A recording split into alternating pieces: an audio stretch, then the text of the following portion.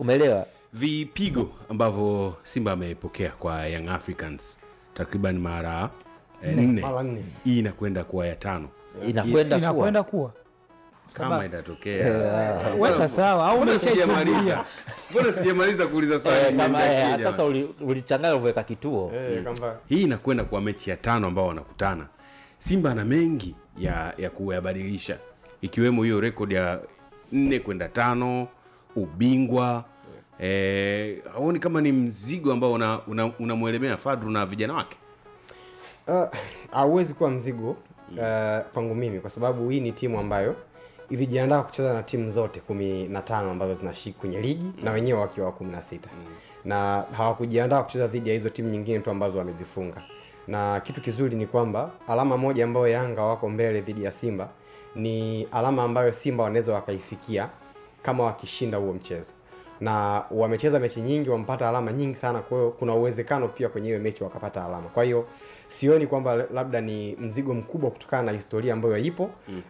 Simba ambayo imecheza kwenye hizo mechi nyingine nyingi ina utofauti na Simba ambayo inacheza sasa hivi, lakini pia hata Young Africans na wenyewe kuna utofauti fulani ambao upo. Na kwa Simba nadhani msimu huu wameimarika sana. Tumekuwa tukiwazungumza mara nyingi sana kwamba ni timu ambayo walipatia sana kwenye namna ambavyo walifanya recruitment ya wachezaji ambao wapo kwenye timu sasa hivi, na wachezaji ambao wamewasajili ni wachezaji ambao walipaswa kuwapata kwenye madirisha 2 au 3 yaliyopita pengine, kwa sababu hapo ndipo ambapo Simba walikuwa wanafeli sana. Kila dirisha la usajili walikuwa wanasajili wachezaji wengi ambao walikuwa wanashindwa kuweza kudeliver kile ambacho viongozi walikuwa wanahitaji, lakini dirisha hili la usajili imeonekana wachezaji wengi ambao wamesajiliwa kuna kitu cha tofauti ambacho wamekileta kwenye timu.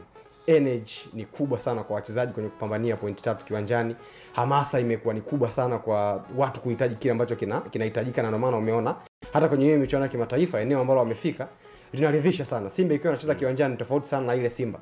Sasa hivi unaona Simba ambayo dakika nyingi za mchezo wakiamua kukimbiza mchezo wanaweza kukimbiza mchezo. Kwenye ile michuano ya kombe la shirikisho, kuna siku moja hapa nilikuwa namwambia Nasri kwamba Simba walionyesha game ambayo dhidi ya Al Masry walionyesha game ambayo nilikuwa nikiangalia naona kuna timu chache sana pengine Afrika ambazo zinaweza zika catch up na ile intensity ambayo Simba walikuwa wanaionyesha. Sio kwa bahati mbaya, ni kutokana na kile ambacho kimefanyika kwenye dirisha la usajili na ambacho kilikuwa kinafanyika kwenye madirisha mengine ya usajili. Kwa hiyo nataka kuamini kwamba hii ni Simba ambayo imebadilika kwa kiasi kikubwa sana. Sports Court.